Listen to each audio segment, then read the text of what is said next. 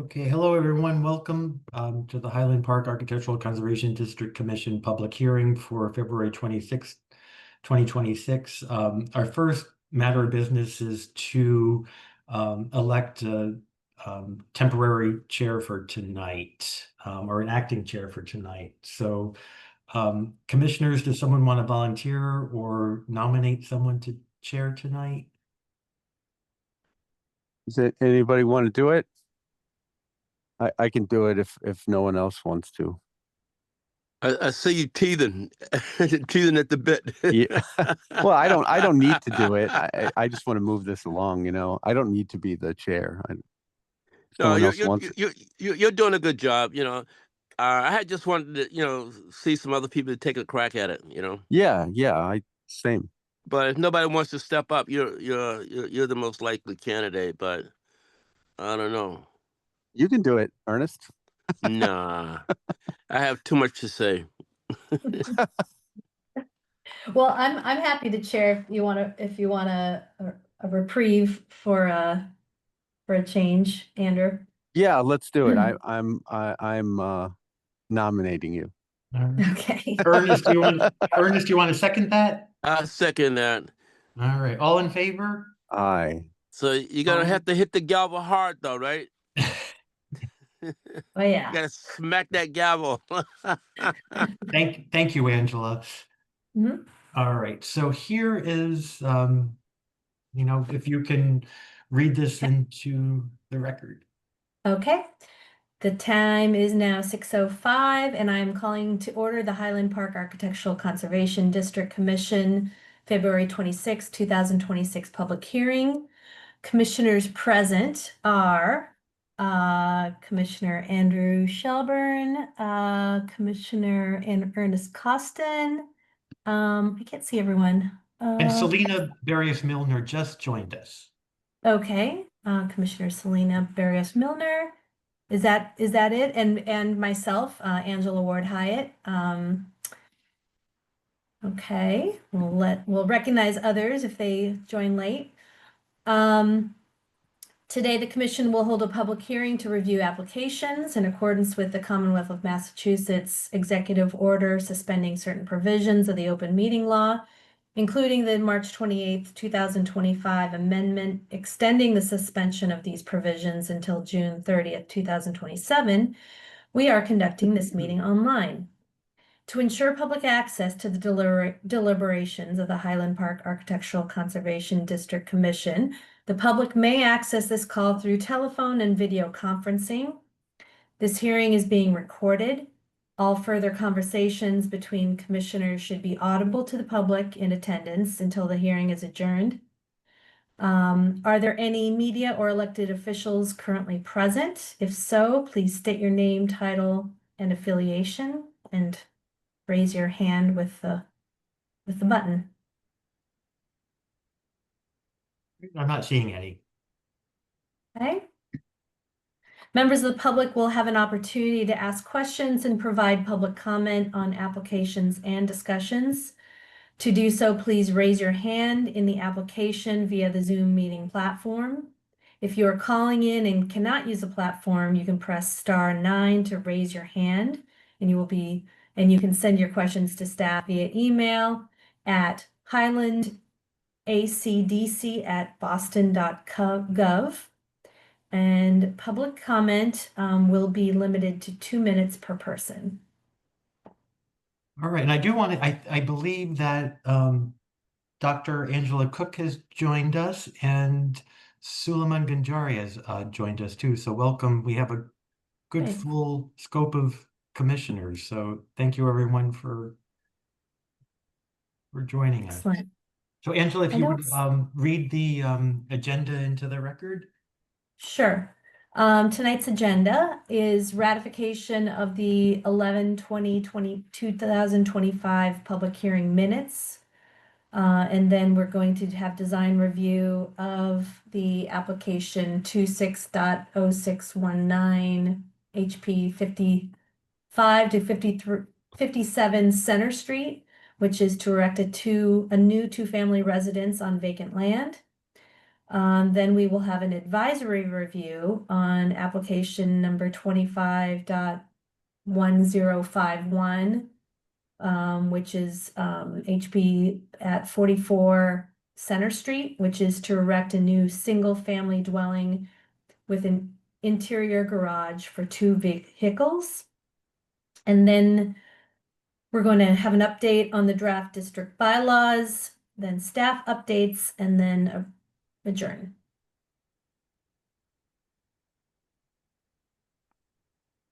So our first agenda item, Angela, is So, yes, our ratification of the first minutes. agenda.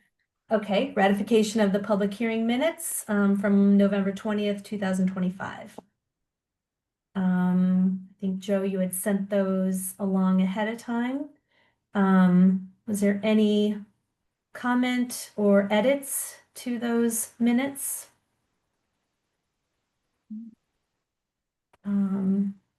If I think not, this I looked will. pretty good. Yeah. Yeah, Yeah. okay. Hearing no comments, I will take a motion to approve the minutes of that meeting. Seconded. Oh, wait, Andrew, do you want to be the first? Oh, You I'm want to sorry. make the motion? Yeah, sorry. Motion to approve the meeting minutes. Second. Okay, all right. All in favor? I was going to say, Angela, I'll do, since there's so many of us, I'll do a roll call vote. Okay, All right. wonderful. Okay. All right. So Angela Ward Hyatt, Yes. Ernest Costin, Yes. all right. Andrew Shelburne, Yes. Selena Barris Milner, Yes. Dr. Cook, Yes. and Suli Gajari. Suli, are you here? I saw you. See him he's not on my screen anyway. Not on my screen either. I see him, I see him in the. Is he in the waiting room? No. Sorry, No. yes, I couldn't figure out how to unmute, but yes. Oh, me. Well, he's a co-host. Oh, Suli, yes. Okay, thank you. You sound like Ernest for a minute. Or you No. sound like Andrew. Okay. Thank you. Great. The All right. DNA, Joe. All right. I get it. Or my hearing.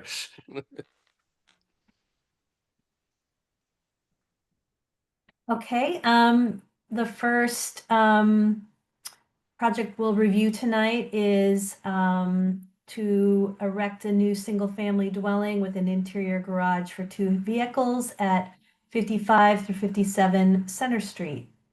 Is this the advisory review? No, this is a design review that we will have a vote the for. full design review. Okay, all right. And who is going to be I see presenting? someone. And Michael Winston, I've made you a co-host. And Michael Chavez is here. He's titled Social Impact Collaborative. Yep, okay. I just made him a co-host. And I just want to acknowledge that the description that was just read, I think, was for the advisory review because there's no parking for a 2-car garage on our site. That's what confused Oh, me. sorry. Yeah, okay. So it's erect a new 2-story family residence on vacant land. Yes, right. Sorry, Just for the sake of minutes, I want to make sure. yeah, no, thank you. And Angela, if it's okay, I could read my staff comments and then turn it over to the Yes. applicant. Okay. So again, this is for application 26.0619 HP 55 to 57 Center Street. Erect a new 2-family residence on vacant land. 55 to 57 Center Street was one of 3 brick Second Empire style row houses built circa 1862. The building at 55 to 57 Center Street was demolished sometime after 1931. The site is currently vacant. Staff met with the applicant in October 2025 and January 2026 to provide feedback on the proposed new building. Staff finds that the current proposal is consistent with the district standards and criteria for new construction and sensitive to the neighboring historic structures. Staff recommends approval, finding that the proposed new building respects the heights of the nearby buildings and maintains the rhythm of the buildings along the streetscape. As a proviso, final design documents at 75% completion or higher are amended to staff for final approval with the option of returning to the commission if staff feels appropriate. So with that, Michael, would you like to share your screen? I can stop sharing. Yes, thank you, Commissioner. Could you also make Sam Hitchin a panelist, or Of course, yeah. that way he's going to share his screen on this one. Yeah, all right, let me do that. And so while that's happening, I can do just a quick introduction. So good evening, everybody. My name is Michael Chavez. I'm an architect. I'm the principal and co-founder of Social Impact Collective. Again, Mike Winston is here, the owner of the property. And we are presenting the proposed two-family for this lot. We have gone through the zoning process already in the sense that we've gone through the abutters meeting, neighborhood association meeting, and got our ZBA approval. And then this is going to be kind of that design review part of the zoning process post ZBA. So we are searching for a vote tonight that will then take us to that next step for construction drawings. So I'll pass this off to Sam, who's going to lead us through the presentation. I believe it's a 10-minute presentation, right? I want to keep it tidy. So I'll pass it off to Sam, and he'll kind of walk through what we're proposing here for the site. Oh, Michael, if I could just jump in. Oh yeah, sorry, Mike, go ahead. Just for some context in terms of how we approach this project. The design was the first thing we did before we even sort of talked about massing, was whether we wanted this to be a classic style, anchored more in the classic traditional style that you see in the adjacent buildings, or in a more modern contemporary. And the feedback from all of the abutters and neighbors that I met with individually, prior to any of the formal process, guided us to what you're going to see today. And we've sort of stuck with it. We've been able to incorporate all comments that we've received from the community, except one. In the development committee review, there was a request for us to consider a wraparound mansard roof. But following discussions with my lawyer and follow on, because that alley is shared public access, that overhanging into that space that I don't own was not advisable. But every other sort of the other feedback we've received, we've been able to incorporate. So Sam, I'll pass it off to you to describe what we are proposing from the design. Great, thanks, Michael. Yeah, so first page here, you'll see the location of the project on Center Street. It's located between Center Place and Harrington Avenue. And it's adjacent to two existing row houses, 59 and 61. And you'll see those a bit further on. The project has already been through zoning for zoning relief. So there was some variances needed for lot related to the lot size, such as a small lot that it kind of didn't fit within the kind of modern zoning laws. So, but those were approved through that process. Just on the right here, you'll see the layout for the two family units. So the lower unit is the first floor where there's living space, kitchen, living, dining. Lower floor is bedrooms and bathrooms. And then the upper unit, you come in through the shared entrance and then enter through the unit door up the stairs, and then living spaces on level 2 and bedrooms and baths on the 2 floors above. So this is just looking at the kind of local context. So the essentially what we're kind of doing is replacing a missing piece of what was developed here historically. And you'll see that in the dashed blue outline, there still exists some of the brick row houses that were built around the same time that the original 55 Center Street was built. At some point, it was lost and demolished, and the site is now vacant. On the right, you'll see our proposed plot plan. So you'll see in gray is the footprint of the building at the basement level. And you'll see on the next slides that it steps in. So the larger footprint is at the basement level. At level 1, at the building facade steps in. So we're about 5 feet from the existing buildings there, from the majority of the building going up. and then we're maintaining the kind of the rhythm on the street side, and then respecting the property boundary on Harrington Ave. We did manage to recover through research original subdivision plan, so you kind of see all the plots laid out as they originally were, and this is our lot here. So a little bit of site context. So it's kind of a site map here to orient you. So there's 2 existing units to the left, plan left of our building. So this is our proposed building. So on this view here, if you can see my mouse, would be to the right of the 2 existing buildings. And then on the left view here, you'll see the blank wall we're building up against. And then the other view from the other, looking down the other direction from Center Street, so our building will be on the right of these 2 here.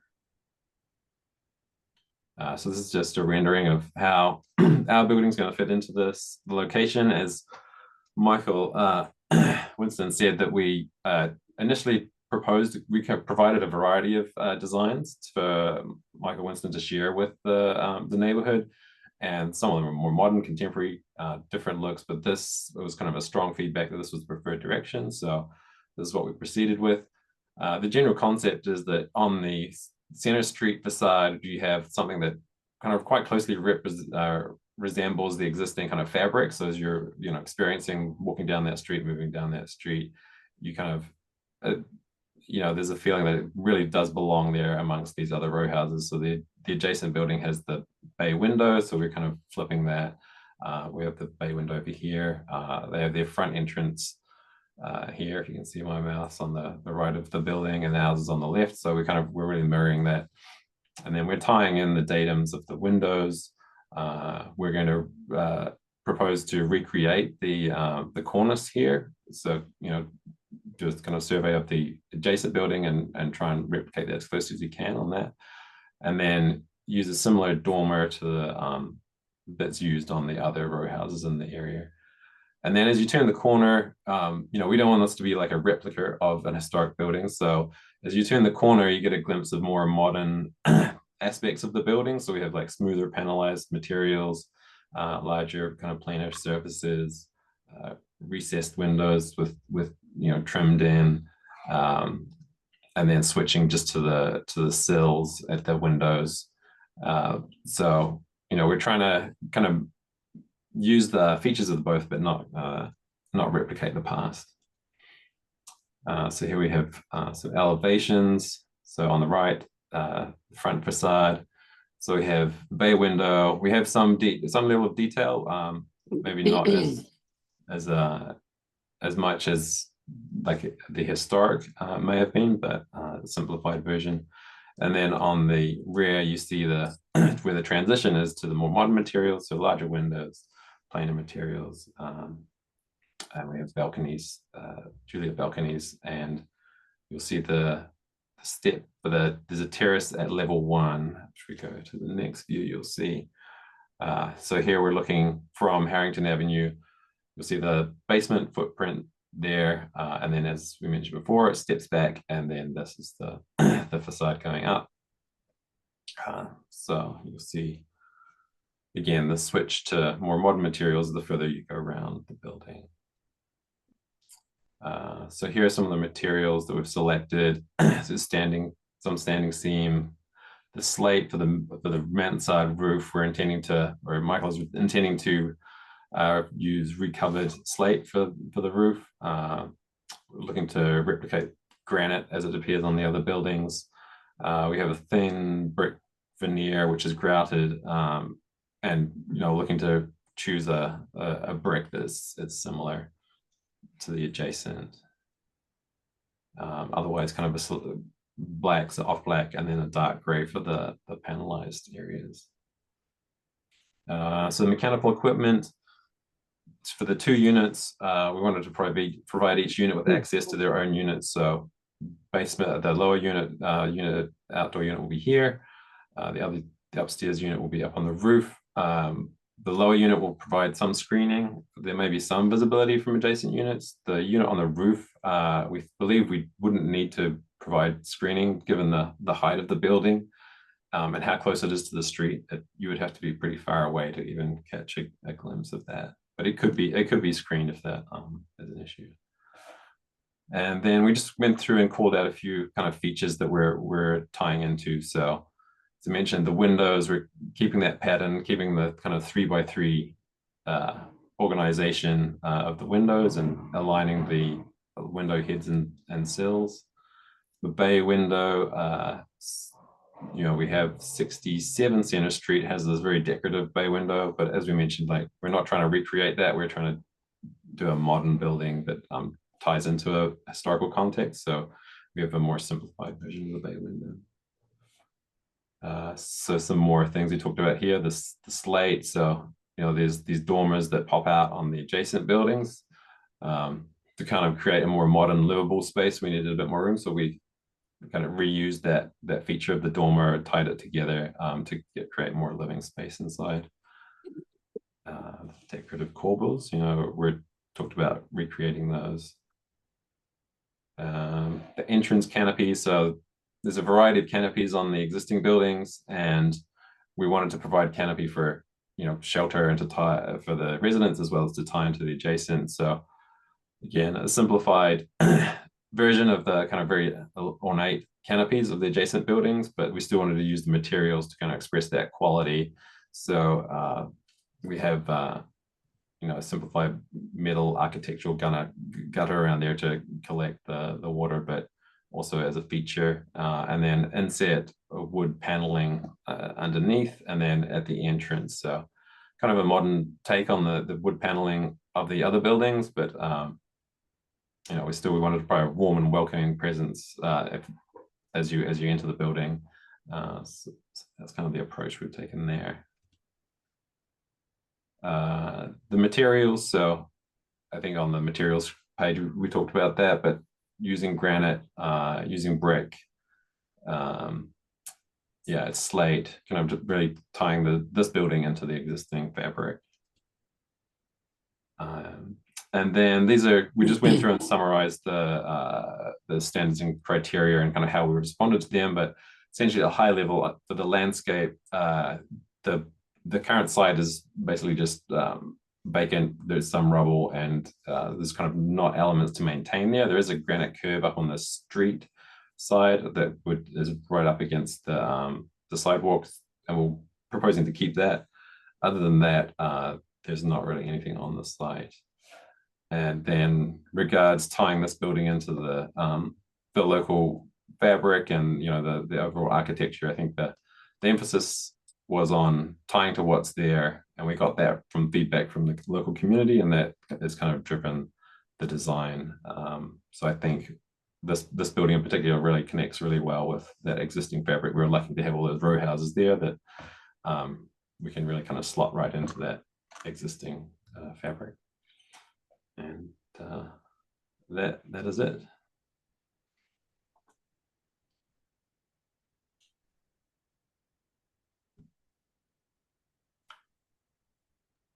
Is there any questions, or would you like to keep sharing, Joe, or hand back?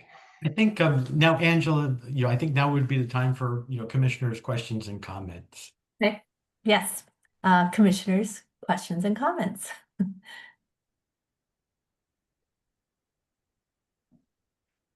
I have a few things, but I'll let other people go first. Yeah. Yeah, I think this proposal looks great. I especially like that you listed the standards or criteria on one page of your like maybe 2 pages on your presentation, and you responded to them on the right. I've been doing this for like 3 years, I think, and I've never seen that. So I think I think you set a new standard. That should be how all applicants should look so closely at the standards and criteria and respond to them like that. That's actually what the standards and criteria call for. So well done there. Yeah, I think it's great that you're taking a kind of a modern take of what's there. And wondering how others feel about you replicating the eave there with all those details. I mean, clearly you can tell that this is a modern building, a more modern building, right? But I'm wondering if it's a good idea to replicate those or do something a little more simple there. Be interesting to hear what other commissioners say about that. And I guess we're showing a historic plan of the parcel, and there was some kind of passageway back there. Are you maintaining that at all, or does that go away? Yeah, the passageways will be maintained. So there's a passageway along the rear of the property, and then in addition to the alleyway on the side, both of those are still maintained. Okay, and I guess that's is that a public passageway or I believe it is public. So just the rear passageway is an easement oh, shared it's an easement. just with the neighbors. The private way is private way with public passage. Okay, so Because the city doesn't own Harrington Ave, or but no, it does not. But it maintains the gas lamp at the bottom of it because it is a public way accessibility. It's a public passage. How is the wording in the in any case, public have rights to walk down it. okay, yeah. Okay, interesting, very interesting. Yeah, I'll leave it at that. Those are my comments right now, so I'll let someone else speak. Very good. Does any other commissioner have any comments? Ernest has his Ernest, I hand see your raised. hand up. Go ahead, Ernest. Yeah, thank you. Thank you very much, Angela. Yeah, I know that corner well, and this is a very thin building, I believe. Without looking at the plans, is it 20 feet wide about? Yeah, that's correct. 19 and change. Oh, okay. And is it right up against the sidewalk? Is there any space on Harrington Way between the building and the curb other than the sidewalk? No, so the lot line, it goes right to the edge of Harrington Way, and we would be building right to that lot line. Similar to as you have on Center Place with the 61 Center Street. So you're gonna build up to, there's no sidewalk there, so you're gonna build right up to the curve, which is Harrington Way. So there won't be any way to walk except down the middle of the passageway there, right?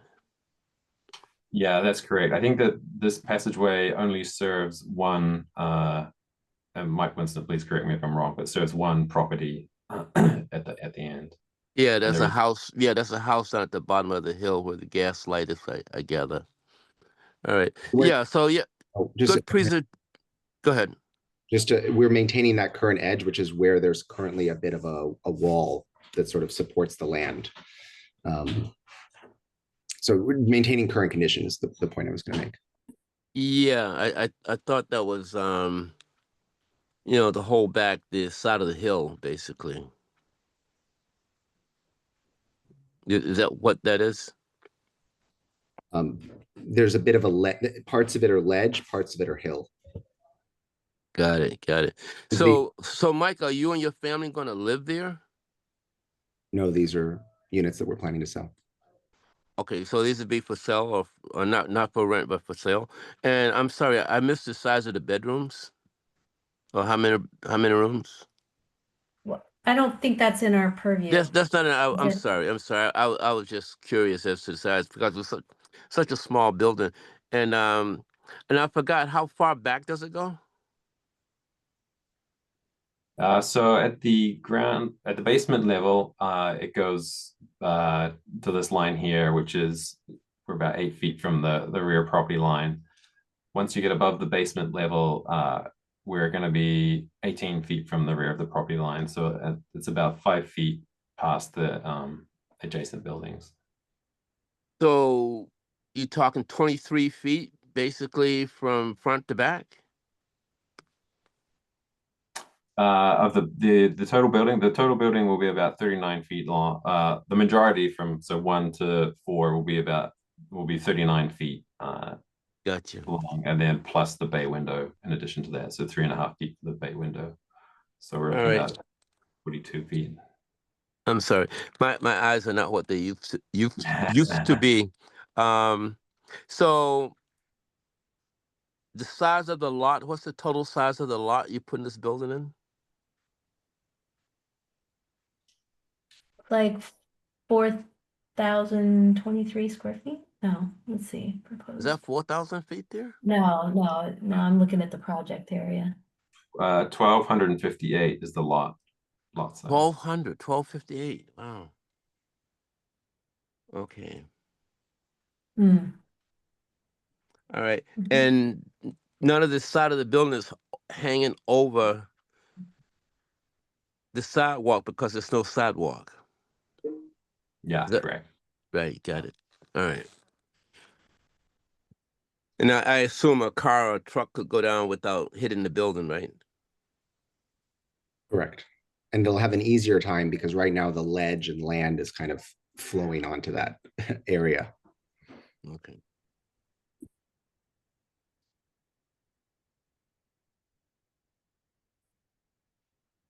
Okay. Anything else, Ernest? Yeah, that was all I can. That's all I can remember that I thought of. Okay. Thank Any you. other commissioners? Okay. I'll just chime in on a few things. I think this is a great proposal. I know this site as well, and I think having this this kind of missing tooth be restored to this block will be a good thing. And I think your instincts and were right, and I'm glad that you did talk with abutters to get a sense of what they would like to see. And I think your instincts were right to make this kind of a quiet infill project from the street. But then also, have a little more freedom on the side of the building like you're doing. I'm very happy to see that you've labeled, the elevations using the materials that we're used to seeing in the neighborhood. Brick, granite, real slate. Your elevations say that cornice is going to be wood, which is great if it's going to be wood. I would kind of halfway expect it to not be wood. But if you can preserve that wood there, that would be great. I have a couple questions about the materials. I'm not a huge fan of thin brick. I don't think it turns the corner very well. Usually it's used as an infill within panelized areas. But this is going to, turn the corner. And I think it might look a little odd when it does that, unless there are certain corner units that you can get to hide the fact that it's only a 1/4 inch thick. Yeah. I would I also. can- Sorry, Oh, I can, go I can ahead. respond Well, to that. let me just get through my comments first. Yeah, I'm sure. sure that I don't use thin brick, so I don't know. You did show a picture of stacked bond in the photo, and I hope you're not thinking about stacked bond in the reference photo. Also, I think the color, I know that you're not actually probably settled in on a color range yet, but that particular swatch that you had looked very colorful, as in multicolor, and I'm not sure if that's really what's going on in the neighborhood. It seems to be a little bit more consistently red. Um, just color isn't really in our purview, but I'm just curious if it looks like you're doing the kind of the blacks and the grays. Okay. And just about the side elevation then, I I think the dormer only presenting itself on Center Street is the right way to do it because it actually reflects what's happening on the other side, the fact that the dormer does not turn the corner.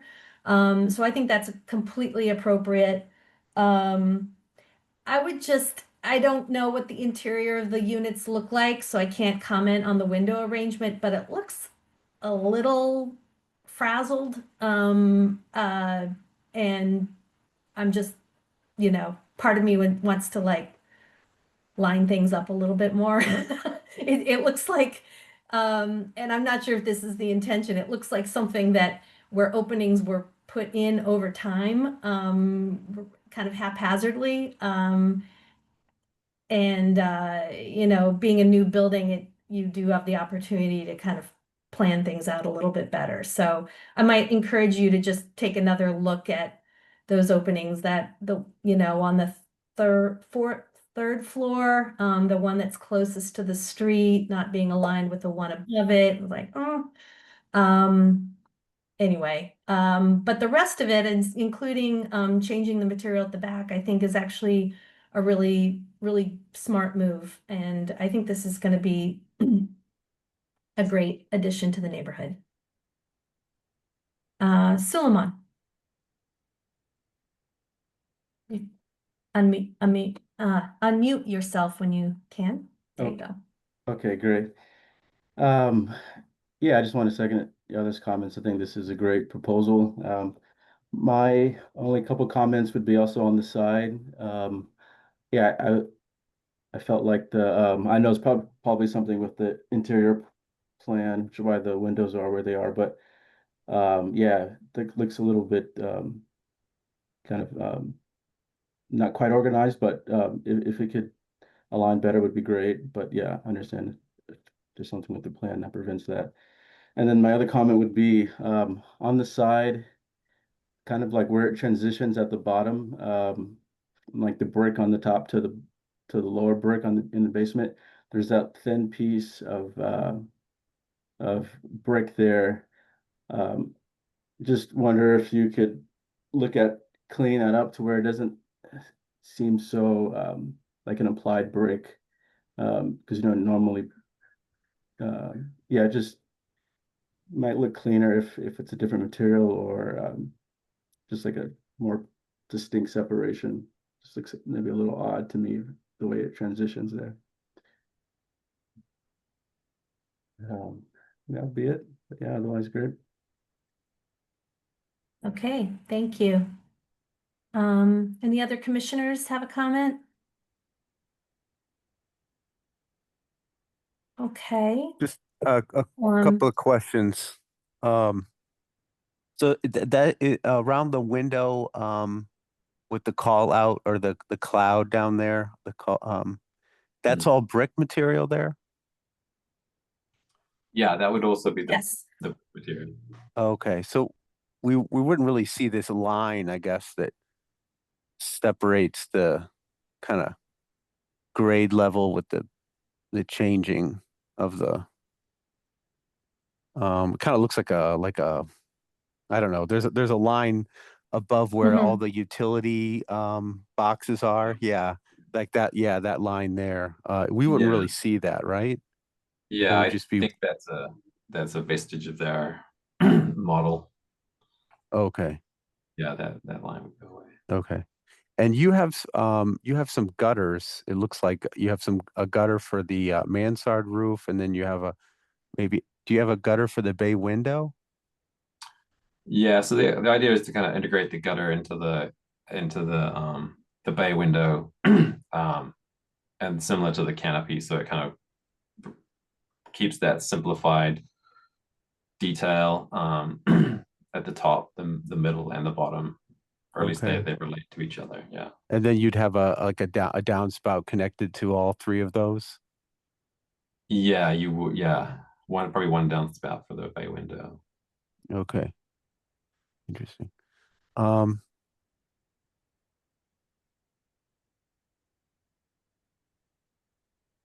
Yeah, that would be. I would also. I like the comment that Commissioner Ward Hyatt made about aligning the windows. That one window does seem a very, very close to the edge of the corner there. It would be awesome if that could align with the one above it, but these are like minor things. Overall, this proposal looks really great. And the building aligns with the building adjacent to it, correct? Yeah, that's correct. Okay. Yeah. Okay. And does it align in the rear too, or this building sticks a little bit beyond the building to the left of it? Yeah, you can see the lift, the left elevation here. This is the 5 feet where we go past the adjacent building. Okay. Okay. Understood. Yeah, we had trouble getting a current code compliant stair into the historic building. I mean, the program for a historic building is very compressed by today's standards. So, getting a full stair in there, and I like the comment on the windows. We'll take a look again, but as multiple people commented, the program is packed in there, so we have limited opportunities to align windows, but we can revisit that for sure. Understood. Okay, thank you, Andrew. Any other comments from commissioners? Otherwise, I'll open it up to, is it public comment then, Yeah, Joe? public comment will be next. If Mhm. you'll stop sharing your screen, I just need to share my screen to bring up our Commissioner language. Hyatt, would you like us to respond to some of your questions? I don't think we've fully responded.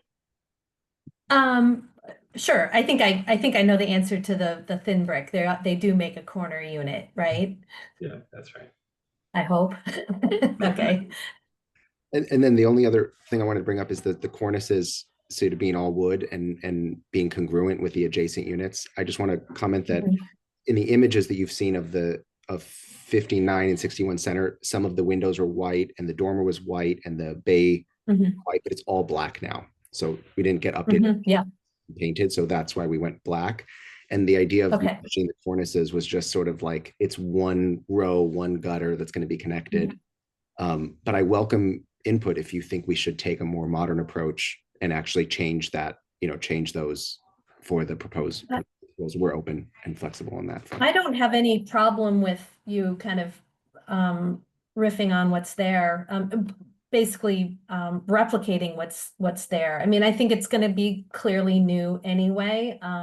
You're not probably going to be able to get an exact one-for-one match, but I think it's just going to help make these units look really part of the neighborhood. So while I would not discourage you from doing something a little different, I don't see any problem with what you've done at all. Great, thank you. Okay, should I read this, Yep, Joe? please, thank Or you. you? Okay, all right. We're going to take public comment now. Members of the public will have an opportunity to ask questions and provide public comment on applications and discussions. To do so, please raise your hand in the application via the Zoom meeting platform. And if you're calling in and cannot use the platform, you can press *9 to raise your hand, or you can send your questions to staff via email at highlandacdc@boston.gov. And Joe will be checking his email. Please, public comment will be limited to 2 minutes per person, and Joe will be our timekeeper. So I see David Black has his hand raised. I think I'm unmuted, am I? Yes. I can hear you. Yep. Michael, thank you to you and your team. I think it's a great project, really do. And I love the way that you're dealing with, giving a recognition to historic building, but yet, bringing it up to a more contemporary look. I think Angela might call that a riff on the contemporary look. Two really minor comments, which are simply, honestly, they're just a personal preference. I would love to see that those windows, particularly on the front, the bay windows, become double hung, not necessarily opening double hung, but double hung. I think there's something to me that says that a solid window is really inconsistent with the rest of the terrace. I feel less so by the side windows, but I think it'd be great if, I don't know whether it's intended to be able to open the windows or not. I hope it is. The other thing is, this is a minor pet peeve of mine. I think your front door, the actual door itself, is a little bit too small. It's actually smaller in proportion to its neighbors as it shows up on the rendering or on the elevation. I personally feel doors are really important.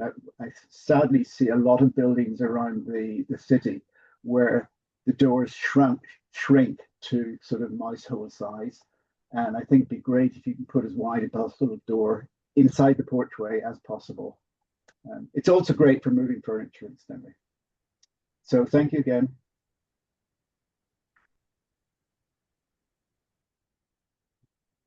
Okay, thank you. Any other members of the public have a comment? I'm not getting any emails and I'm not seeing any hands raised. All right. At this point, then, do we entertain a motion? Or, Yes, that's okay. correct. All right. Thank you, Andrew. All right. Well, then, I will entertain a motion on this project. Someone want to offer something up? Keep in mind the staff comments that were made. Yeah, I would like to entertain a motion to approve the project as presented, with the proviso that if there are major changes to the facade, that the project is brought back to the commission for review.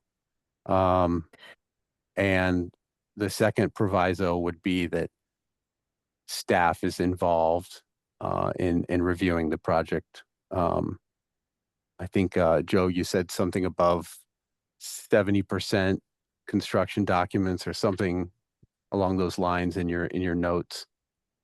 And that staff is involved in material choices and alignment. Staff would look at alignment of windows on the side of the facade, and that's it. Can I just ask that those adjusting the windows wouldn't be considered a major facade change? It would have to come back to the committee then, right? Correct. Okay. Yeah. Not intending that any changes to the arrangement of those windows on the side has to come back to the commission, but a major change to the facade. Okay. Yeah. You're looking for a second, right? Sure. Yeah. So I don't know if I can add a proviso to the second. Is that possible, Joe? You can suggest one now and see if Andrew accepts it. All right. So what I like to do is propose a proviso, adding in the comment that David Black has suggested that the doors to the front exterior not be smaller than the other doors in the area, in the community, on the street, that the larger doors on the front of the building rather than smaller doors. I would like to add that as a proviso. Yeah. Is that all right? I think, yeah, can we add the proviso that staff looks at that with the team? Well, no, I just think that the way that David Black had presented it and the way that I like to second it is that that's the way it's going to be. Okay. That sounds reasonable. Well, thank you. All right, then I think we have a second, Angela. Yeah. Okay. I'm sorry, one more thing I just thought of. I would like to add one more proviso that this existing tree in front of the property or near the property be protected during construction. All right, Yes. Andrew, It's are actually you- in front of 59 Center Street, but it's, it reaches towards the building. So if Yes. any trimming of that tree should be carefully looked at by an arborist. Ernest, do you still want to second that? I'll second that. Okay. All right. So I'll do a roll call Any- vote, Angela, if that. Okay. All right, Sure. and Sule, you will not be voting, since you're an alternate and Andrew beat you to log on. So we have Angela Ward Hyatt, Yes. Ernest Costin, Yes. Andrew Shelburne, Yes. Selena Barrios Milner, Yes. and Dr. Angela Cook.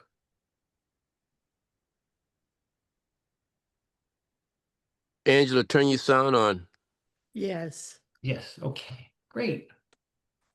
All right, well, thank you, everyone. We'll be in touch soon, and thanks for a great project and great presentation. And good luck. Thank you very much. Yeah, thank you. Thank you all for the feedback. It's great.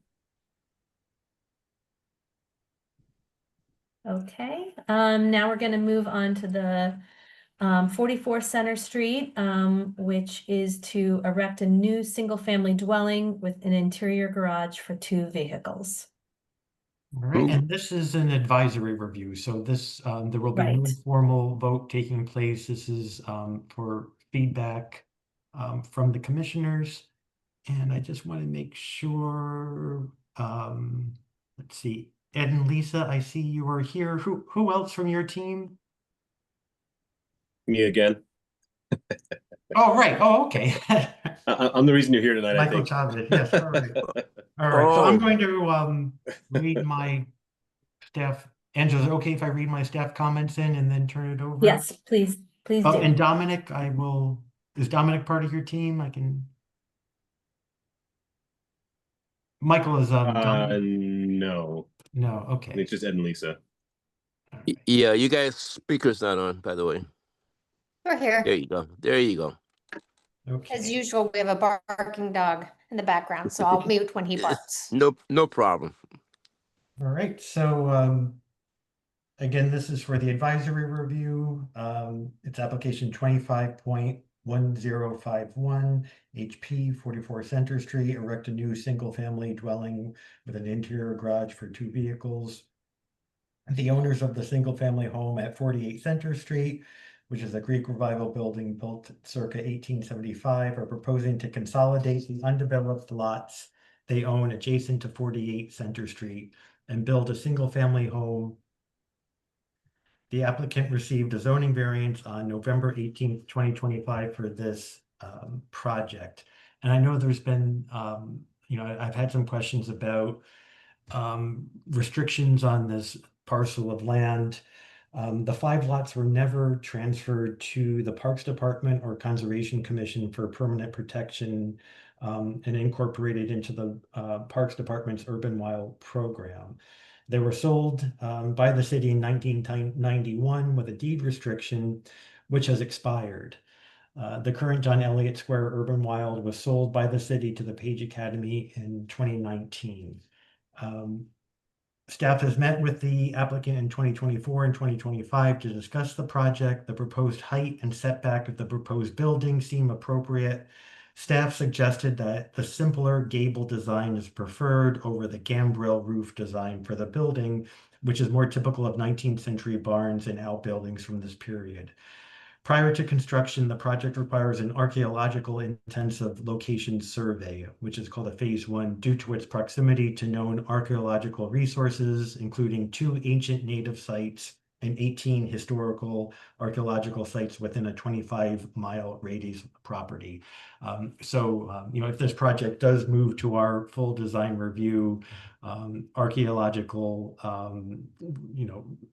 testing will need to take place.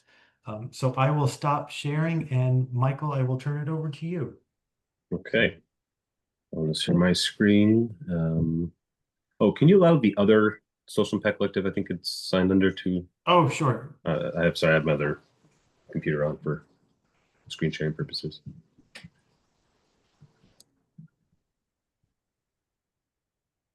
Perfect.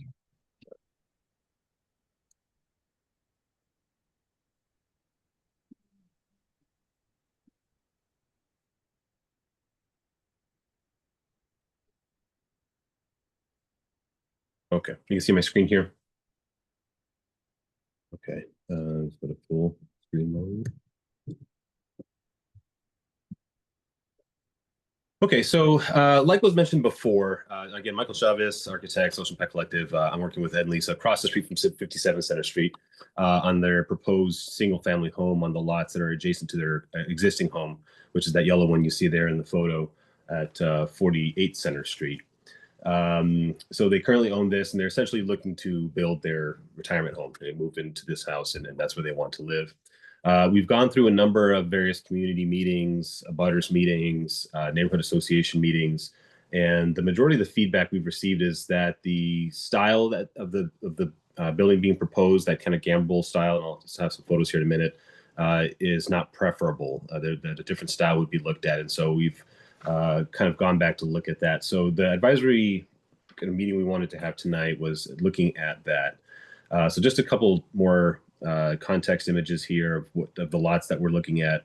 Again, Ed and Lisa, when they purchased the house, they also had the lots adjacent to the house as part of that initial purchase, and they were yard sale lots. And now that that time has expired, they're paying taxes on it like everyone else would, and would like to maximize the use of those by putting their retirement home on it. But it is, you know, kind of privately owned land there. And so there's just some photos of the house on Center Street that they currently are in, and then the lots adjacent to their house. So it's, you know, basically their yard, their side yard, garden space, outdoor seating area. It's got this very significant level change here between the back of at the back of the lot, which is up near where Page Academies is at. So it's kind of you're looking down on top of that here, and looking down into the lot. So there's a lot of ledge here that's been covered by vines and plants and other things like that. So the idea being that we would propose to have the single family place down here on this flat area where this kind of patio currently is located in this picture. Again, just some more photos from the lot itself, the site. There is currently a curb cut off the street that's being used for their parking here at the gates. We would continue to use the same curb cut for a new driveway that would kind of go into that lot there. And it would be a shared driveway between the existing house at 48 Center Street and this new home at 44 Center Street was the address that's been designated for this proposed site. This was the footprint that we were proposing for the initial design. We'd basically be still in that same footprint area. Might have some slight adjustments if the design of the building changes to accommodate for the difference in the garages and the cars and things, but it would still be in this kind of flat area. This back portion of the lot here is the photo that we saw with all the big drop, the significant ledge drop. So Page Academy is up here in the back, along with some of the other homes at the top of Linwood Street or Linwood Square. And so this is the area that would just remain as it is. And this line that kind of goes across here is, it says edge of ledge. It's kind of that lower edge here. So we're really kind of focusing on this flatter area at the front. And then this was, again, a while back was going to be an ADU, then it changed to single family home, but this is, again, still this kind of same site plan. So tonight at the advisory review is really focusing on these two different options that we've thought about. Ed and Lisa, you know, they're working with a company that can, you know, build these things, you know, kind of the shell essentially off-site, and then they get assembled, and the contractors, you know, would pour a foundation. These would get put on top of the foundation, and then the inside gets fitted out like a normal construction project would do. And so the same company has other alternative designs that are done by the same company, just in a different style. And in our meetings, we've heard a lot about having a more of a, you know, a roof that's not gambrel, you know, something that's a little bit different. And so this is an option that is the most closely related to, I think, what's been requested of us. And we wanted to go through this and just get an idea if this was the direction that you may want the owners to go in this style here. There are some examples of gambrel in the neighborhood that we found during the process of proposing this design. This particular style is not as common in the neighborhood in terms of single family homes, but again, folks are requesting something more of this style, of architectural style. And so I just wanted to do a couple of comparisons of elevations just to kind of show the differences and then get feedback from the committee about your thoughts on this. So this would be the face the side that's facing the street. So currently, again, it's the side of the barn, the side of the, it's got a dormer on the side here with the gambrel roof on the two sides. Pretty symmetrical. Front door would be here with a walkway out to the street. And the cars would be entering in through the side. This particular design has the kind of car entrances more facing the street with some windows. And again, some of these can be customized and adjusted, but this is the look from the street side that has more of the typical kind of ridge and the gable in this facing the street. And then facing the side that's at kind of the driveway or the 48 Center Street side. So if you're looking at it from the house they're currently in towards the lots, they currently get this barn style look, two-car garage and this kind of faux loft section up here at the top. Whereas here, this is facing, again, they got the gable up at the top, a dormer facing the street off to the left, and there's a kind of a porch covering on the right side there, looking more towards the backyard. And then this is the side if you're in the yard or you're at the top of the ledge looking down into the yard. This was the side that you'd be seeing on this end here. So it does have that kind of yard view. So this is, this particular one with the gambrel side is got a door on the back here. So there's basically a door on the two long sides on this design. On the gambrel side, and then on this side here with the gable roof, it's got another door on the back going out to the yard with a large porch and a dormer facing this side. And then the side that's facing kind of towards the new pathway that takes you up the hill towards Page Academy. This is again, gambrel side. So basically kind of mimicking what's on the opposite side. These are just going to be two large doors that open out into the yard on the original design, whereas the new potential proposed design has another door walking out to the side there. The porch is on the left where the yard is, and then on the right where the street is here is this this other gabled kind of dormer shape on this side. And so that's kind of the quick overview here. And so I'll kind of stop there, and we'd love to hear feedback. I don't know if Ed and Lisa, you wanted to add anything about these two different designs, and anything about this other alternate that you're exploring. Sure. The elevations of the newer gable design were provided by the same company of a building they've already built. So we're not proposing a front-facing garage. We're proposing the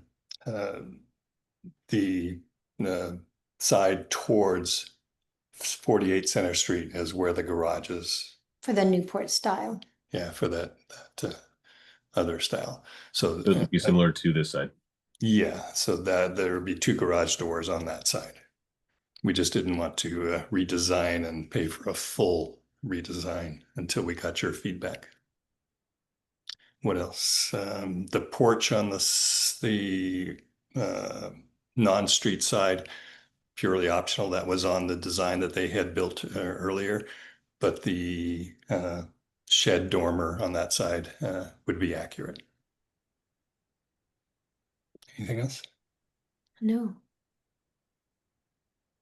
So I think that's comments from what we just heard. All right, so just for additional clarification, then these two doors would really be more like on this side. Correct. So the driveway and everything else, and the footprint and the height and everything else is exactly the same.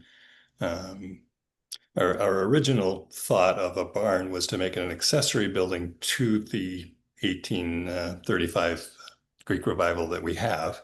And we have record that there was a barn, but there's no description or drawings or pictures of that barn back from the 1860s, 1870s in a will, but there's no record of exactly what that design was. But we wanted to try to keep it some sort of connection to the original house. That it would be smaller. You know, if it was a 1900s building next door, a full carriage house would be fine. So we're looking for what would a carriage house look like in the 1830s, 1840s.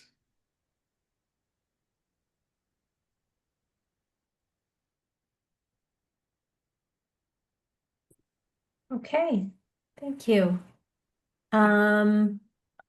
Do commissioners have any questions or comments about what they see with these two options?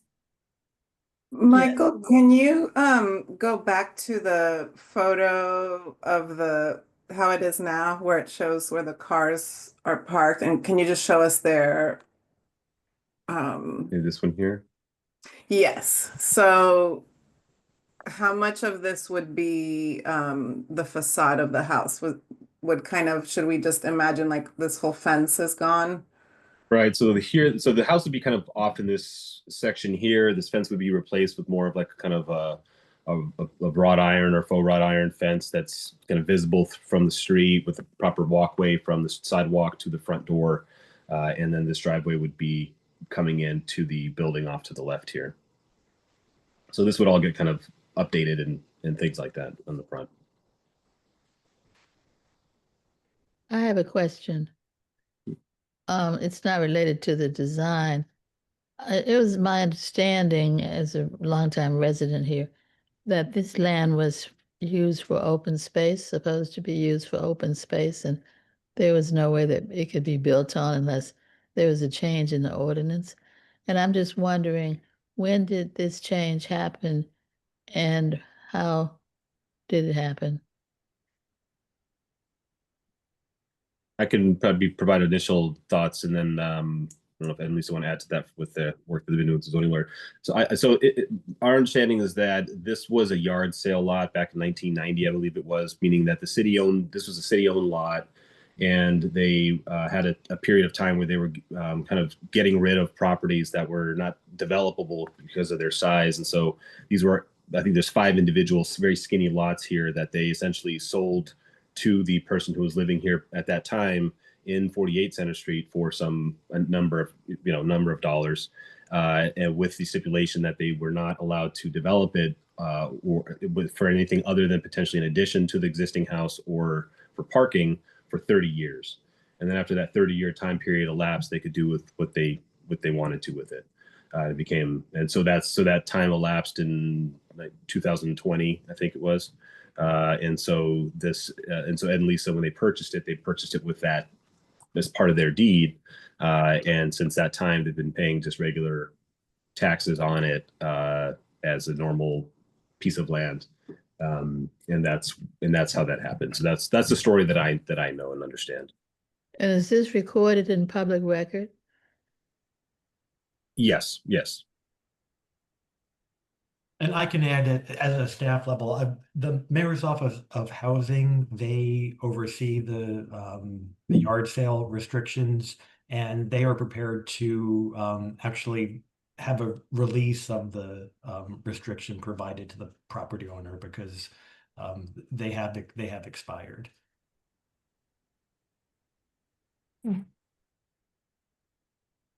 Okay, interesting. Well, this is news. Yeah, it's sort of news to me. I've been here for 52 years, and it's news to everybody who saw the land as a place that was open space.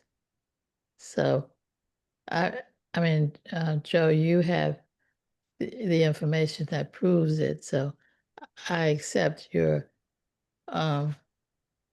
assessment of that.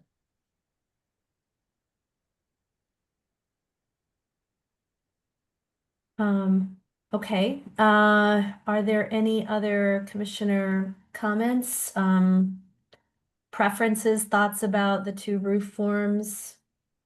Ernest Okay, has his hand Mr. up. Clauston? Yeah. Go ahead, Yes. unmute yourself, Ernest. There you go. Thank you.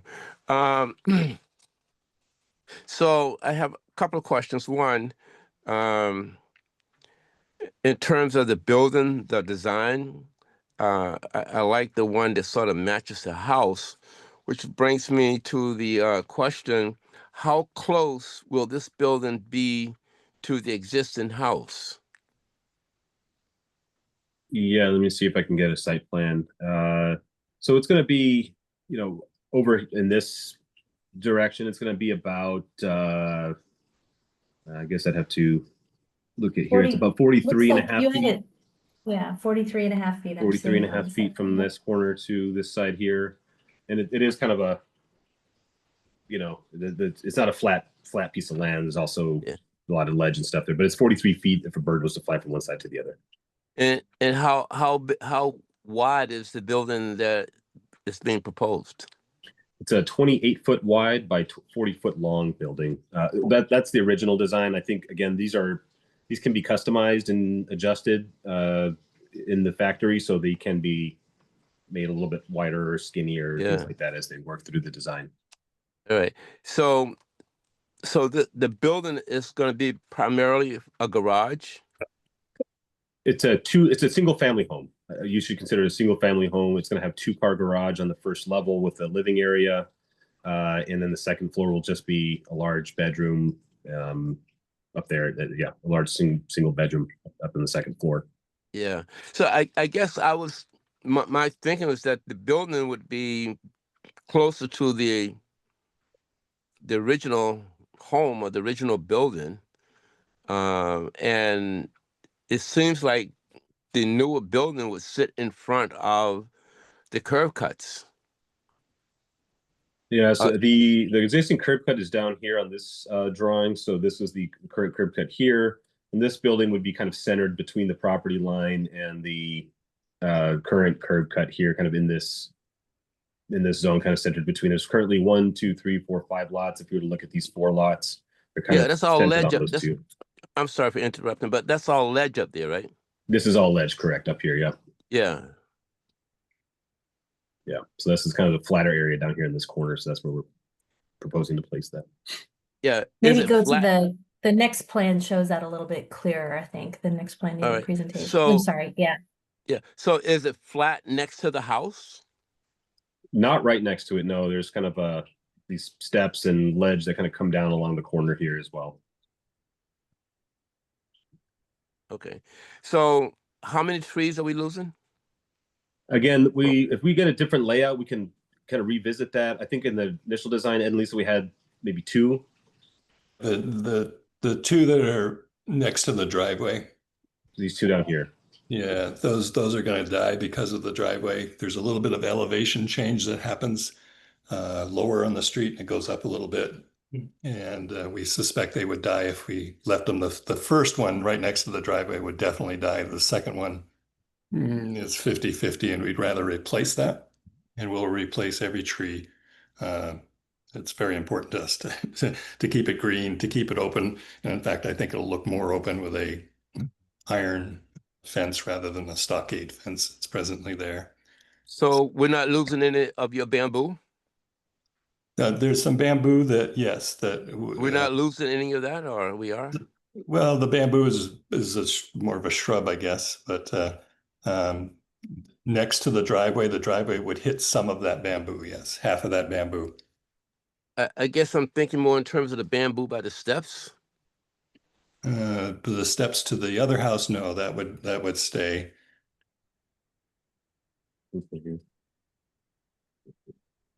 Yeah, there's one tree there, and then towards the sidewalk, there's bamboo that would extend from really the one tree down to the second tree there. So some of that bamboo would disappear.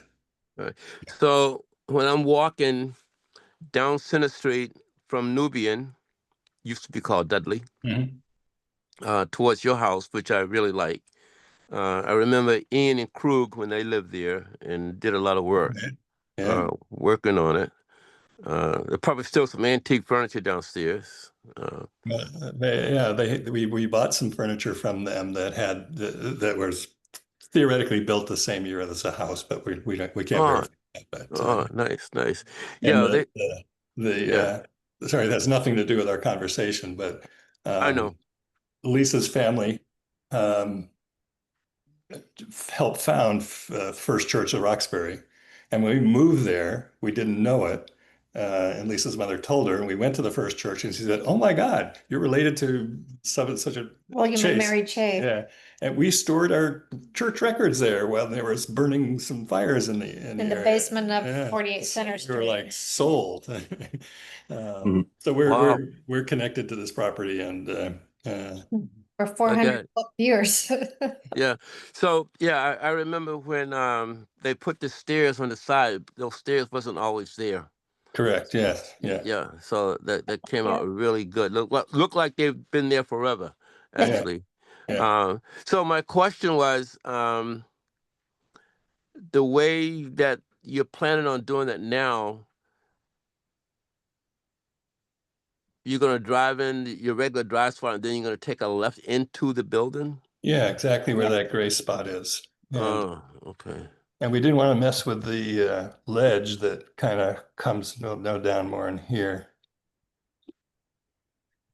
Yeah, I think as kind of a high level answer to some of your landscape questions, I think as we develop the option that's preferable, I guess, for the community, and we start to kind of adjust the size of that footprint and make it work, our landscape plan would be part of the exploration of this and kind of doing a thorough investigation of what would be kept, what may have to go, and what would we replace it with, because we want to make sure we do things like that, and what would the kind of engagement with the street be, like switching out the stockade fence and having a walkway to the front door and having a more kind of street oriented design would be a key component of all of this. Right. So the urban wilds is how it was designated, and I don't know. I sort of thought that was going to happen forever. I don't know how it, wound up reverting back to buildable site. I really sort of got used to seeing the bamboo and the trees, and it's a beautiful site. I like it a lot. It's a great spot. I don't know if I like it as much once the trees are not there, and bamboo is going to be gone. So There'll be more to see when the big fence, 6-foot fence comes down, and there's a wrought iron fence in front of this house. I think it'll be, walking up from Nubian Square, definitely more visible and more greenery that you can see instead of the 6-foot fence there. So our intent is to make it look beautiful and have the greenery and shrubs and replace all the trees. right, and you say your people actually were part of the First Church.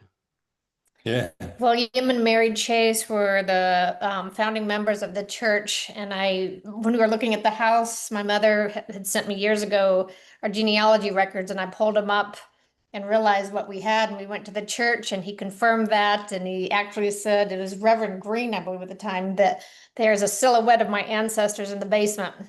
So it was crazy. Yeah.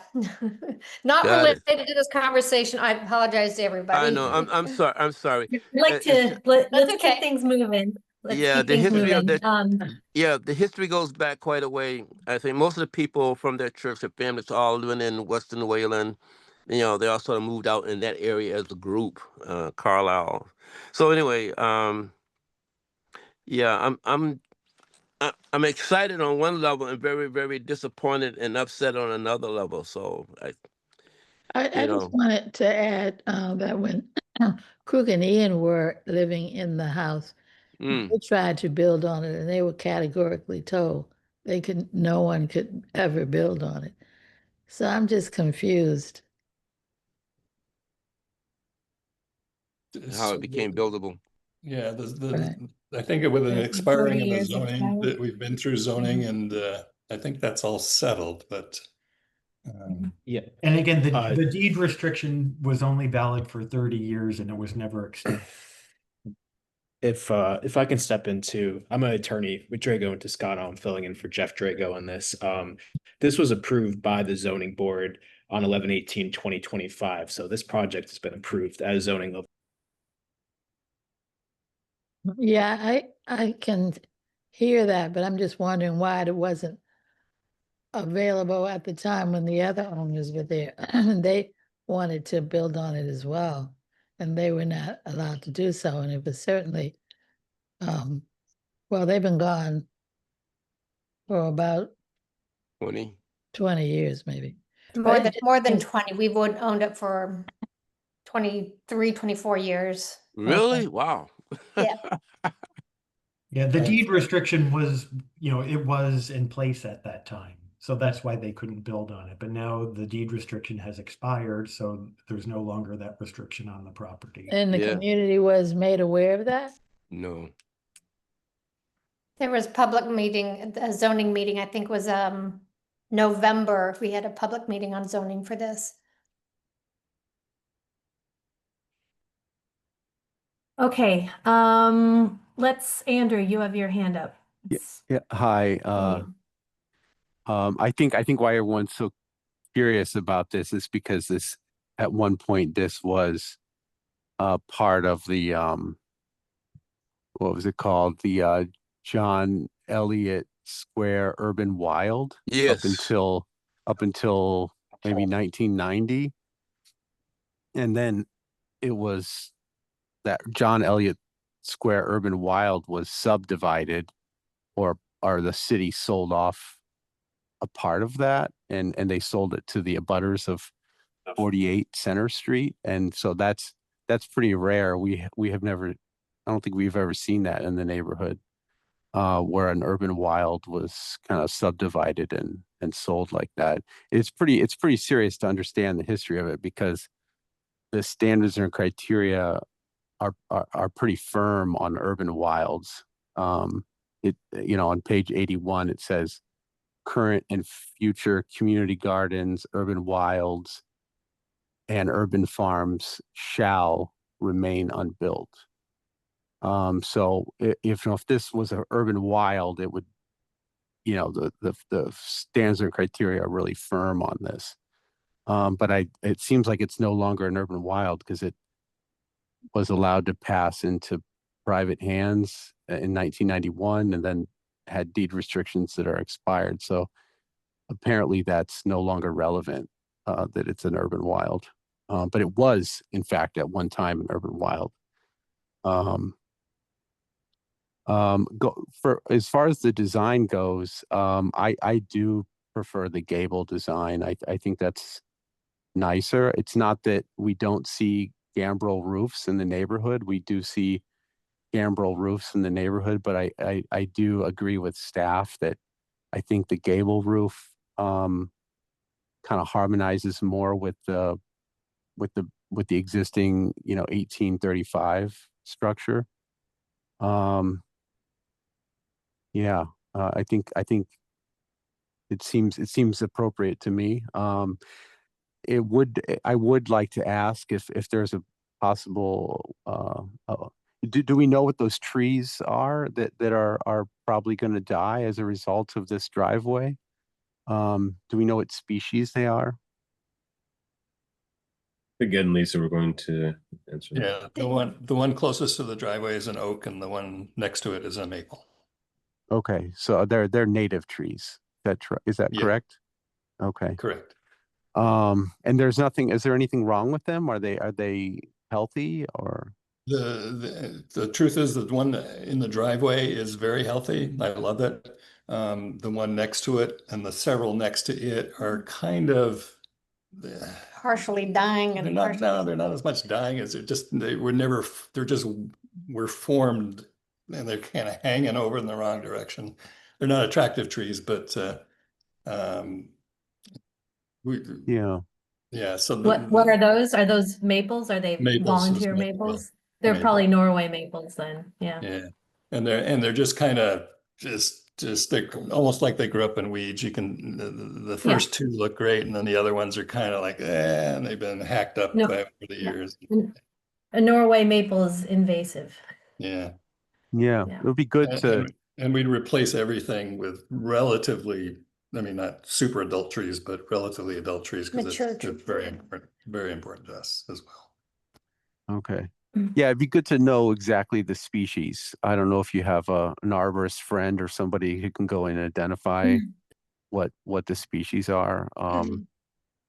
But it'd be good to identify them. Because the standards or criteria, ask us to protect native trees. Absolutely. Ernest can probably tell you what they are, right? Yes. So I don't know if Ernest, you can't talk to them, but you can go down there and stand on the sidewalk and look at them. Yeah, right. If you make enough noise, we'll come out and talk to you. You can't talk to him, but Okay, you can. Yeah, Andrew, do you have Andrew? I'm I just still. want to make sure Andrew's done. Yeah, I have and like then, just three more Ernest. things, and then I'll leave it. Oh, to you you. got three. Okay. Andrew, you got three more quick, things. quick. One, we're not removing any exposed ledge to build this building, correct? Correct. Yeah. Okay. Two, we're not removing any pudding stone walls. Correct. Correct. Okay. I can't remember the third one, but that's were my primary concerns. Thank you. Yeah, ours as well. Thanks. Ernest. All right. So I like the design, but I'm really unsettled, not upset, unsettled about the process. It seems to me the documentation of the conservation district sort of overlaps the timing of the exploration or the sunsetting on the urban wild, right? And if we're starting to build because of that on the urban wilds, every urban wild in the neighborhood is basically up for grabs by any developer that can do this. I'm not sure that it's all legal. I mean, I'm not saying that we have a constitutional crisis, but I do think that we have a crisis here that needs some more clarity for understanding, because I don't understand it. I don't think anybody in the neighborhood clearly understand it, and I understand what the young man who's an attorney. I understand what Joe is saying, but I'm not sure that's the last level of clarification. I think this needs to be looked into, not because of the project so much, but more because of the process. I'm gonna just speak up here for a minute. We have been working on this process for the zoning and this very issue for 4 years. So it's not something we haven't addressed.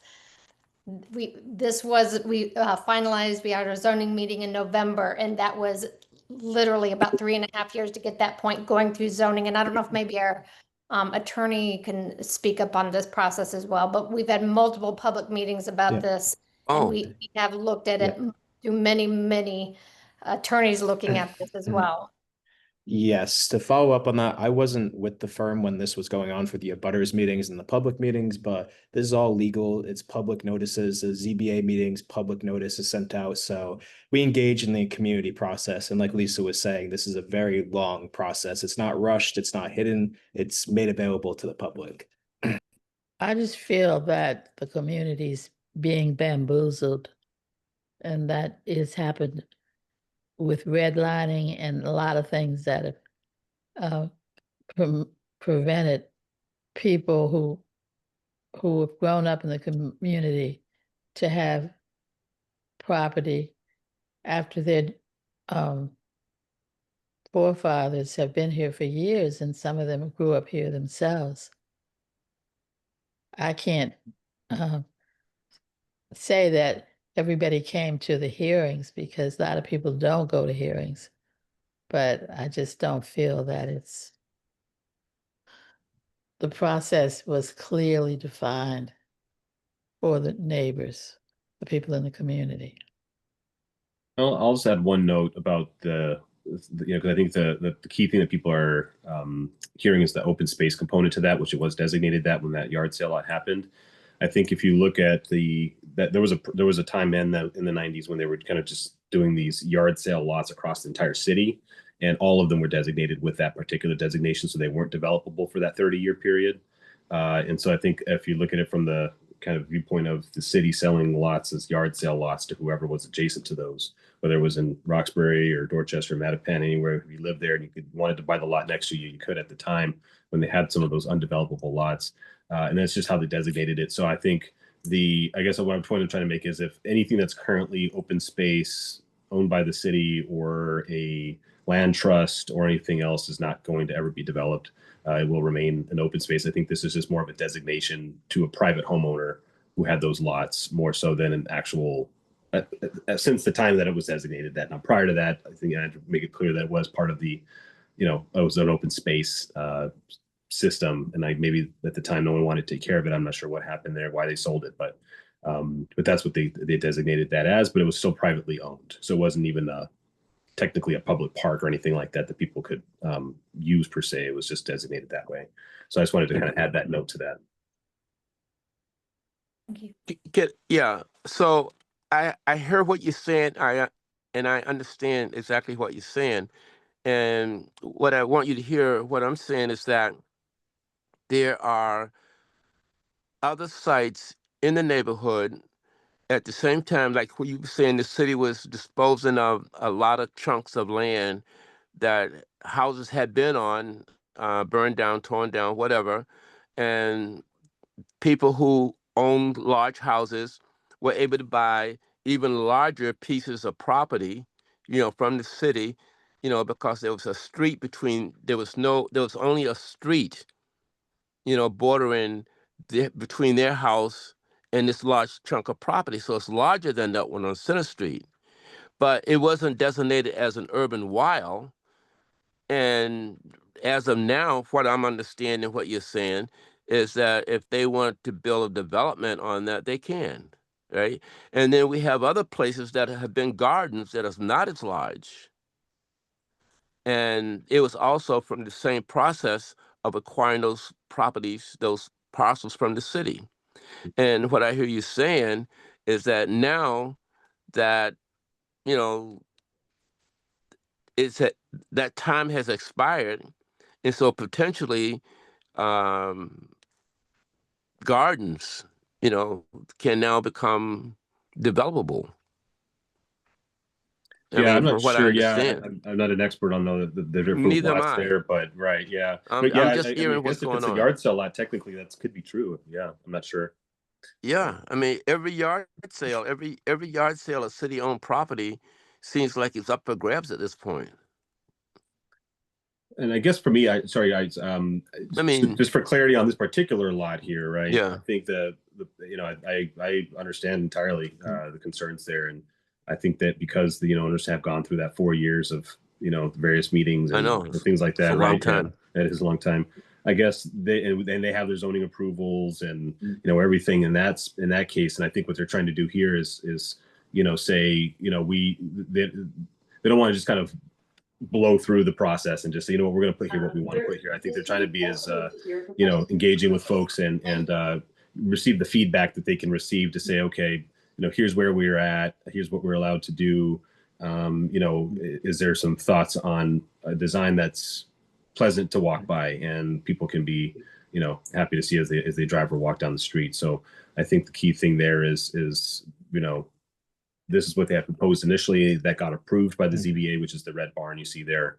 But the ZBA and the owners are willing to change the design, keep the same zoning, the same approvals that they have for zoning. They're not going bigger, they're not going taller or anything like that. It's all the same box that they got the approval in, but with the style that's more comfortable for people to be looking at in the neighborhood. And I think that's the main goal for what we were looking for. I love that site. I love it. I like looking at it. And I hope, for a lot of reasons that things can work out for them, but on the same level, the precedence that it set is very upsetting for me. I'd like to give Selena a chance to comment. She hasn't commented on this. Sorry. Thank you so much. Yeah, I just feel like we're talking a lot about zoning, and I think that's settled in this matter. And just want to implore folks here that the city is actively rezoning a lot of the city. So this is a really good time because you have some really valid concerns that you should be bringing them both to your city councilor and BPDA, because that's an active process. Most of Boston requires zoning relief because the zoning doesn't match what's in the built environment. And so I just want to make sure we stick to the purview of this commission here, but also wanted to raise that up for my, everyone in attendance. It's a great time to protect those urban wilds and other things that you want to see in your neighborhood. So it's you're on time for this. But I think for this project, we should really focus on, giving advice as to the aesthetics and how this fits into the rhythm of the neighborhood, the beautiful historic home next door. Yes. So if we could just return to that. Yeah, thank you. Thank you. I just had a couple comments on the design of the roof form and the volume. Well, a couple questions first. Is the goal to make the entire property 2 parcels? One for the house, and then the 1, 2, 3, 4, I think it's 5 parcels combined for the new home, the new dwelling? Is that the goal? Correct, right. This, there's a new line. I don't know if it's Yeah, I here, saw, but it's the there's one a new closest to one. the house, Right. right? Yeah. Yeah, that's gonna be, Okay. All right. and that gets moved That over a would little be bit too. probably good to show in a future, just to kind of understand that the goal is to have 2 parcels at the end of this. Right. And I think it would also be helpful on maybe the next floor plan or the site plan after this page to basically show the set, once that reparcelization has happened, what the setbacks would be for the new dwelling, so that we understand, is it falling within the setbacks, the zoning setbacks. So that's just kind of some kind of preliminary thoughts. I also, not related to the roof form, but I do have kind of a major concern about what the new driveway is doing with relation to the curb cut. It looks, I'm just wondering, if the idea is that you're living in this new dwelling, and I don't know if you're gonna sell the house or what, but like, could you foresee having a shared driveway? Because that second driveway just does not look like it fits at all with what's happening with the curb cut and the swoopy curve that's trying to connect the curb cut to the new driveway. I think, this is an urban area that, a shared driveway is something fairly common. And if you could do that, it's less paving, less removal of trees and vegetation. And, I think it would look better in the end too, because that's quite a wide stretch of pavement that you're proposing with a little narrow strip of probably not much that can grow in between them.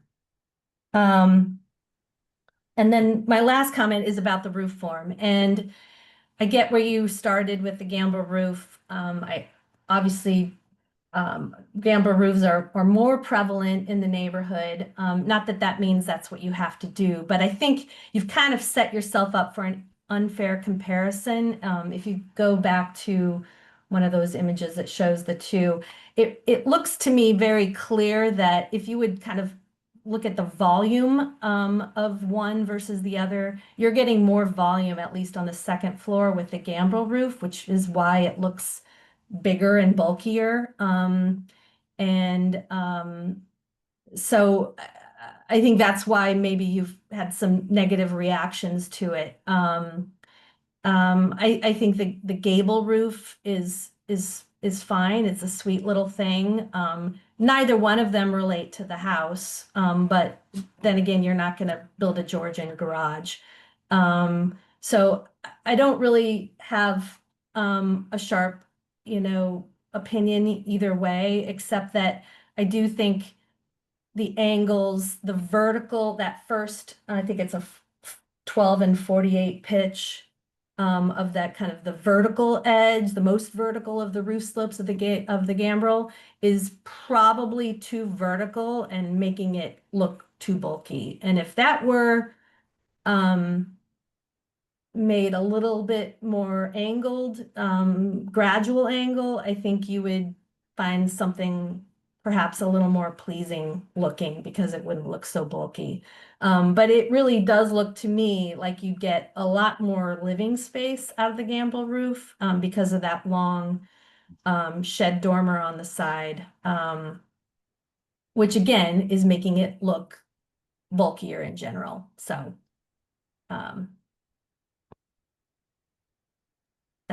those are my comments. Do you like the gable one better? What I'm hearing, right?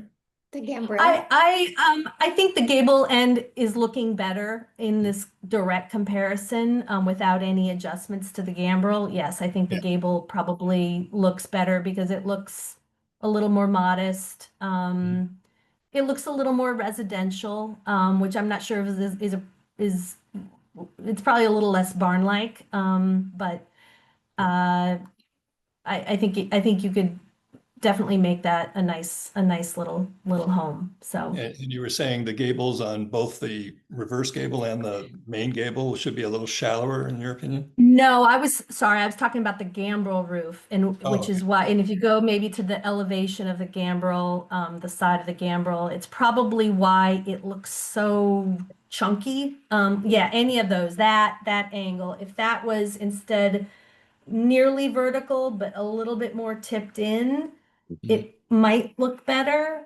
But I also think it's a little unfair comparison because the eave lines, I'm just not sure if everything is matching up. So between the two, if comparing the scale. So, but in this view, I think definitely the gable on the right does look more modest in scale. Thanks. What is the height and the width of the building? The current building here that was proposed is about let's see, it was 15, so about 24 feet high to the top of the ridge of this gambrel. So this would be about the same. And there's a cupola on the top? This particular one had a cupola there in this design. Yeah. And that was an alternate. And how wide is it? 28 feet wide. And both of these, this is 28 feet wide here, and this is also 28 feet wide. 40, which is probably similar to the house footprint, right? A little smaller, Right. but yeah.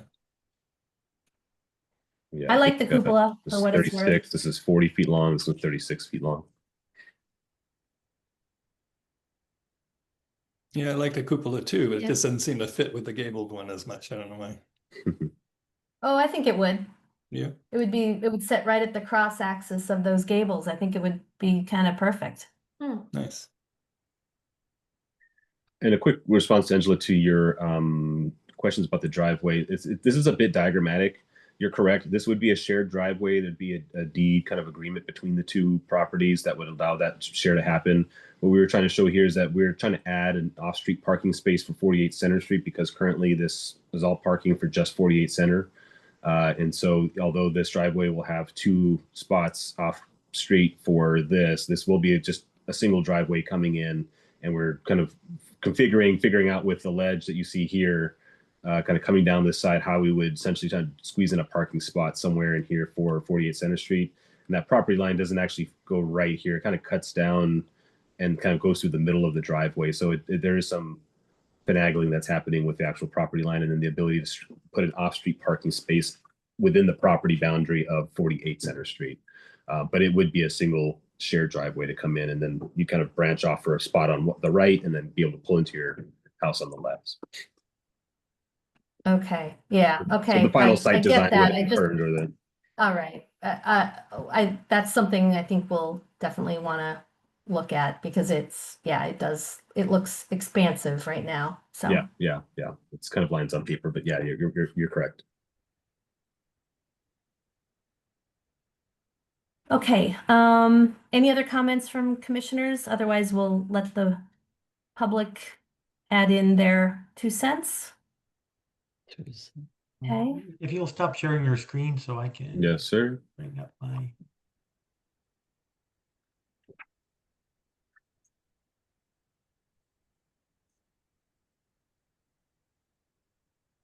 All right, are you able to see that, Angela? Yep.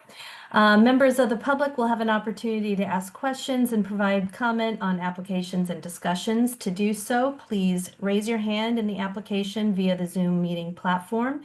If you are calling in and cannot use a platform, you can press 9 to raise your hand, or you can send your questions to staff via email at highlandacdc@boston.gov. And public comment will be limited to 2 minutes per person. And I see, Kate, you have your hand up. And Okay, Kate, you should be able to unmute yourself. Yeah, are you not allowing us to show our faces? Is that a new law? I think it's been consistent for the past year or so, Kate, since I go on a lot of Zoom meetings. I can't keep them all straight. I was the person who raised again the question of the urban wild, and I appreciate it's not the purview of this commission. This commission's job is to look at what fits into the neighborhood and to preserve, to the extent possible, existing mature trees and putting stone walls, and to make sure there's no destruction unnecessary in new development. I think the reason why its history is relevant is that the city opted back in the 70s to designate urban wild for the health of the community. Some of them were privately owned spots, some of them were public, some were gardens, some were parks. And certainly this battle that's going on today, Selena, it's not new. We're fighting all over the place to try and protect things we thought were in perpetuity. I would suggest Franklin Park is one of them, but there are many sites that many people thought was park space, public space, community space. And this is one of them.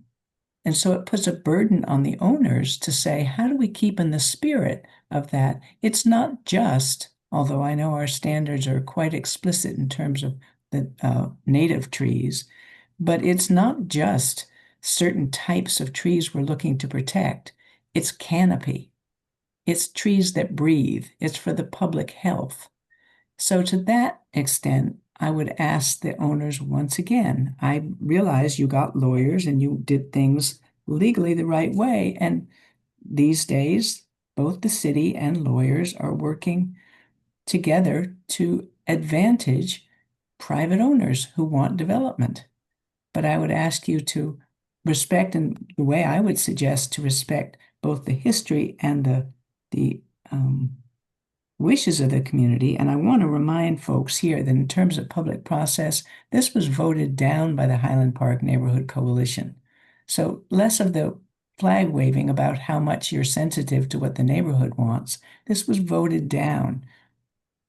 And so I would suggest going for something smaller that's set back, that doesn't demolish trees, and that still does the job of accommodating a retirement home. And I appreciate your right to do so, but I would ask you to do it in a more sensitive way. Thanks. Okay, thank you. Let's take Holly Shepherd. Thank you. I wanted to put in for the record that, as Kate has already mentioned, I'm the secretary for the Neighborhood Development Committee, and the neighborhood did go through the process with this property for a very long time. And what it was voted down by the neighborhood because people were, one, upset that you were going to take down trees and the tree canopy, as well as the reaction of it being a big red barn and a kind of overwhelming structure on an area that was expected, I think, by, as you've heard, to be open space and open urban wild. And the fact that the city, we've spoken to the Mayor's Office of Housing as well as Joe did, and basically the city is not willing to follow up on redesignating property and made a mistake by not putting these properties into perpetuity. And so basically the neighborhood is out of luck because anybody who has a yard sale that is not in perpetuity can build on it, and that was never the point. It's some lawyers made a mess of it and forgot to put the right word in. So I think that's where the frustration has come from. And I agree that, to respect a community that is overwhelmed with heat and pollution, to try and make the smallest footprint you can rather than a big red barn. Thank you.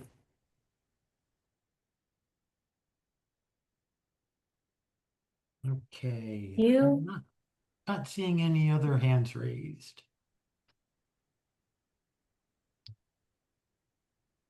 Andrew has raised his hand. Yeah, hi. I just wanted just a point of clarification. Kate mentioned that urban wilds are not in our purview. They actually are in our purview. The standards and criteria on page 81 specifically mention urban wilds, community gardens, urban farms, and they specifically name out certain gardens that are protected and urban wilds that are protected. So those are very much in our purview, and it's very appropriate for us to talk about those. I was just Googling where the urban wilds are in Roxbury, and there are 2. Is that right? No. Well, official, like, certified urban wilds, Rockledge and Buena Vista.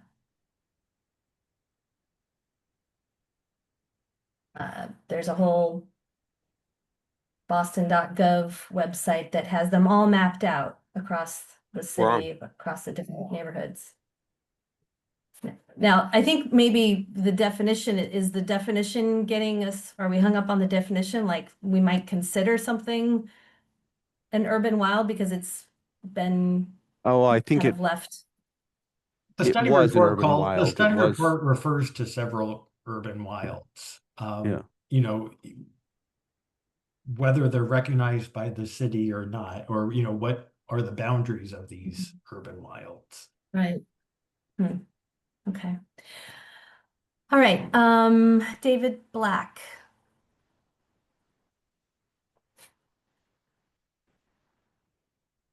Hey, thank you. I don't want to prolong this. I just have a very quick question. Holly was talking about the red barn. Does the color of the building come under the commission's purview? No. Thank you.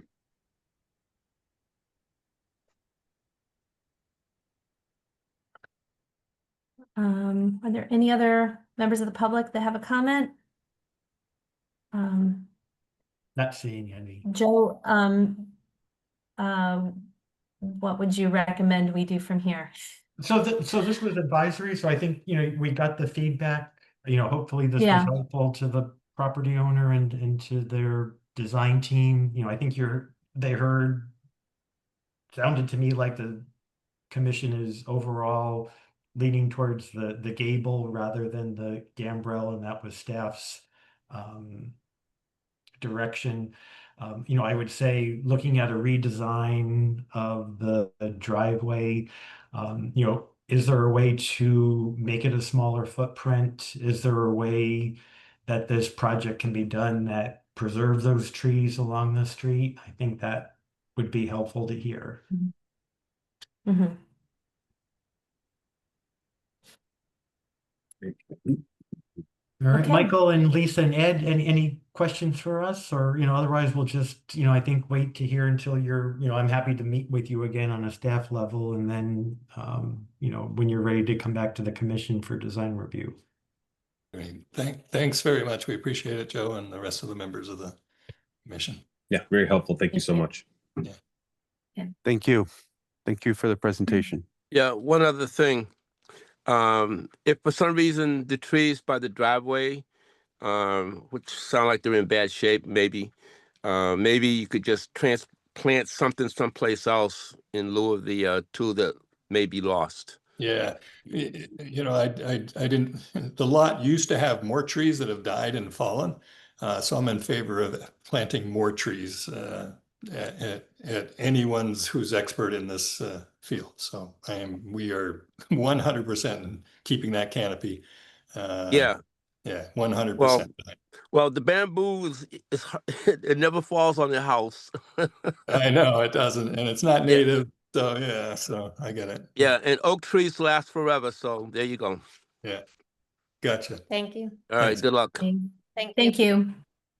What is next on our agenda? Is it Adjourn. We're close. We're no. close. So Update on the draft. Okay. Yep, draft bylaws. So we have gotten our comments back from the law department and we're reviewing them. I'm reviewing those now with the deputy director of the Office of Historic Preservation and the director of Office of Historic Preservation. We'll probably have some questions and clarifications that we need to discuss with the law department, but I'm hopeful we can bring it to the commission in March. Okay. And then Good. staff comments or staff updates. We just our next hearing will be on March 26th. So thank you, Suli. Great to see you. Thank you for attending, and we'll plan to see you then. Okay, good meeting. And one last thing, I'll just say it was great to see Andrew, Dr. Cook, and Ernest at our celebration. That was great. And Angela, you were there too, right? Angela Ward Hyatt. Yep. Yes, she was. Yes, yep. So she reminded me that she lives in Roxbury too. Our commission was one of the. This commission was very well represented at our celebration for the 50th anniversary of the Landmarks Commission. So thank you for attending. And Selena, were you there? I can't remember, Selena, if you were there or not. I was working at the door. But anyways, I missed her. She was there. It was a nice event. It was a really nice event. Yeah. All right, that's all I have. Thank you. Is Suleiman still with us? I don't think so. I don't see him on the he dropped off here. Yeah. I wonder if he's back. It was so awesome to see him and to hear him somebody's comment. Somebody's in the meeting room. Nope. No, I don't see him in the waiting room. Okay. Yeah. It'll be awesome if he could participate. I miss his comments. All right, that's it. I think Angela, if someone wants to make a motion. Yes. Do we have a motion to adjourn? Motion to adjourn. Second. I also wanted to say that the party was fun. It was. We'll have to do it again. Yeah. It was fun. It was fun. It was great to meet you in person, Dr. Cook and Ernest and Andrew. My pleasure. That makes a difference. It makes a difference to meet in person. That's true. Yes. I wanted to tease people and tell them they missed their lobster and their shrimp. Next time. Oh, and all the swag that you gave out. It was amazing. Oh, yeah. All right. Okay. So all in it was favor a good of meeting. adjourning? Yeah, Selena, thanks for getting us back on track too.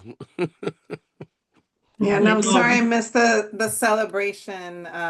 My son had his last basketball game of the season, so sorry to have missed it. Well, I took your bottle of champagne home with me. I know, I'm so jealous. Great. Well, Angela, All thank right, you for being a great chair tonight. I appreciate it. We all appreciate it. Yes, thank it's a lot of you. fun. Thank you. Thank Yeah. you. All You got right. good Are coaching we from all in Andrew. favor? Yeah, you Yes. got good coaching from Andrew too. Yes. All right. All right, We bye. Have a second, we nice second the evening. adjournment. Good Good night, night. all. To all, Thank good you. night. Okay. Good night. Stay Bye-bye. warm. Night.